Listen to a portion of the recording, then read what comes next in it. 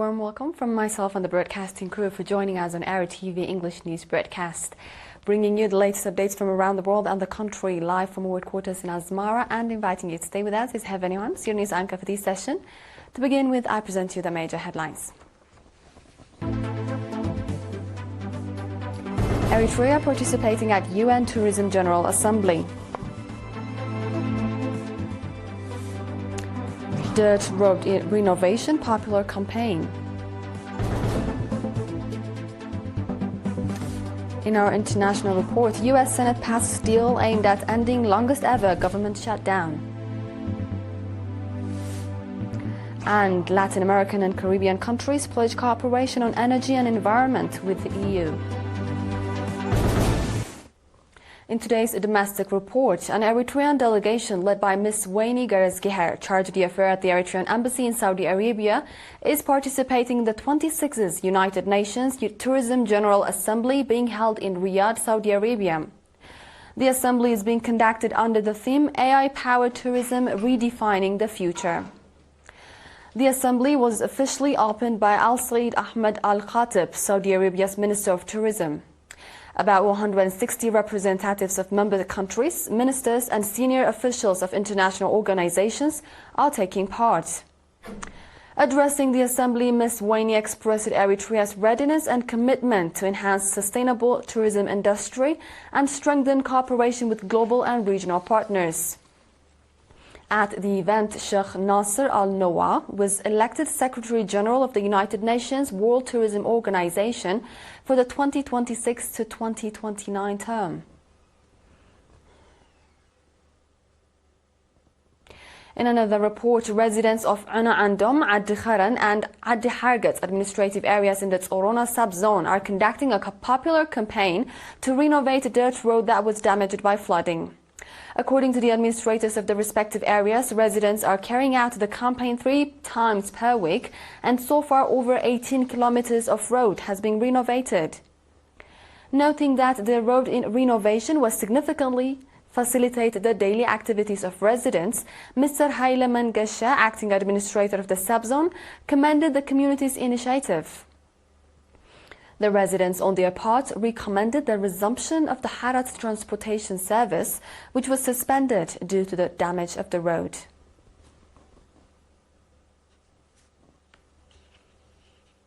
Moving on, the Education Office in the Massawa subzone, in collaboration with the Massawa municipality, has recognized the 31 outstanding students who achieved high scores in the 2024-2025 school leaving and 8th grade national examinations.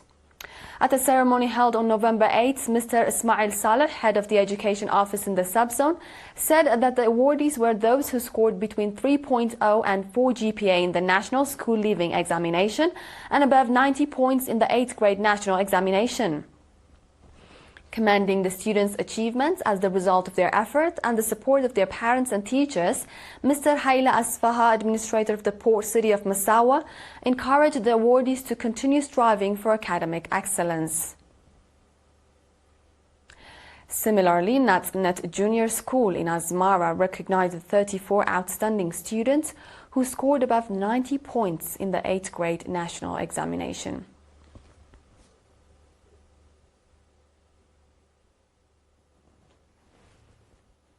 This wraps up our domestic news for this session. Dear viewers, we shall be back with international news after the short break.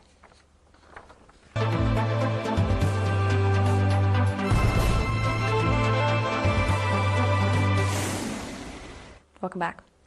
Now, the global arena. The U.S. Senate has passed a deal aimed at ending the U.S. government shutdown, paving the way for the record-breaking impasse to be broken.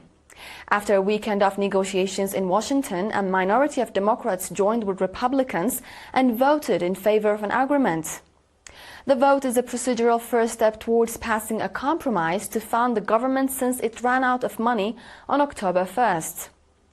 However, the deal will need to clear several more hurdles, including a vote from the House of Representatives before federal employees and services return. But it is the first serious sign of progress after 40 days of deadlock. The current shutdown is the longest on record in the U.S., and until this weekend it appeared that Republican and Democratic lawmakers were locked in a stalemate. Many government services have been suspended since October, and around 1.4 million federal employees are on unpaid leave or working without pay. The shutdown has had wide-ranging impacts on a variety of services, including U.S. air travel and food benefits for 41 million low-income Americans. The deal includes an agreement for a vote in December on extending healthcare subsidies that are due to expire this year, a key issue Democrats had been holding out for concessions on. Democratic Party leaders had said that they would not lend their support to new funding for government operations until Congress addressed the subsidies that help tens of millions of Americans pay for health insurance purchased through government-run exchanges.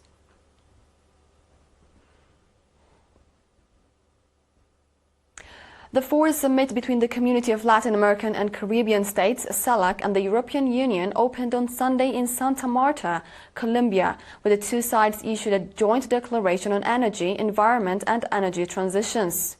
The declaration proposed deepening cooperation in renewable energy, food security, technological innovation, cultural exchange, and other fields.